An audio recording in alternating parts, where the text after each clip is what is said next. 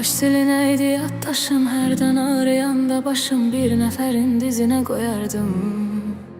Sığal çəkib tellərimə, o toxunardı əllərimə, gözünə baxıb özümə doyardım. Ürəkləri qırılanlar, bu həyatdan sıxılanlar, mənim salamlarım var sizə. Keçmiş üçün darıxanlar, özünü qəmdə batıranlar, şirin kəlamlarım var sizə. Ürəkləri qırılanlar, bu həyatdan sıxılanlar, mənim salamlarım var sizə. Keçmiş üçün darıxanlar, özünü qəmdə batıranlar, şirin kəlamlarım var sizə.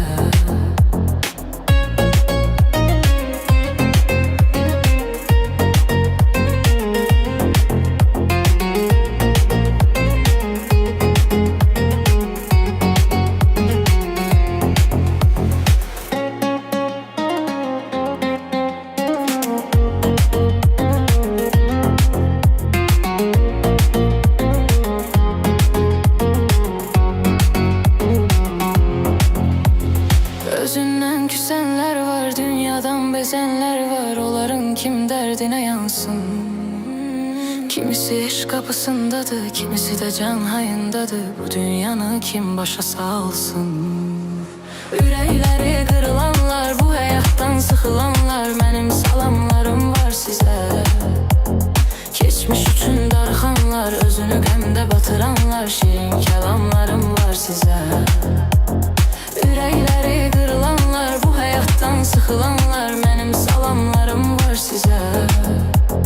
Keçmiş üçün darıxanlar, özünü qəmdə batıranlar, şirin kəlamlarım var sizə.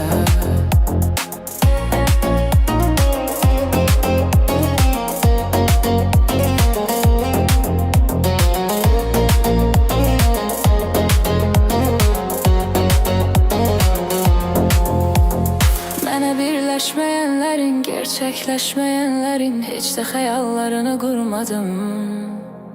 İstədim ki çıxım gedim, hər dəfə yaxşıyam dedim, yaxşı olmadığımı anladım. Ürəkləri qırılanlar, bu həyatdan sıxılanlar, mənim salamlarım var sizə. Keçmiş üçün darıxanlar, özünü qəmdə batıranlar, şirin kəlamlarım var sizə.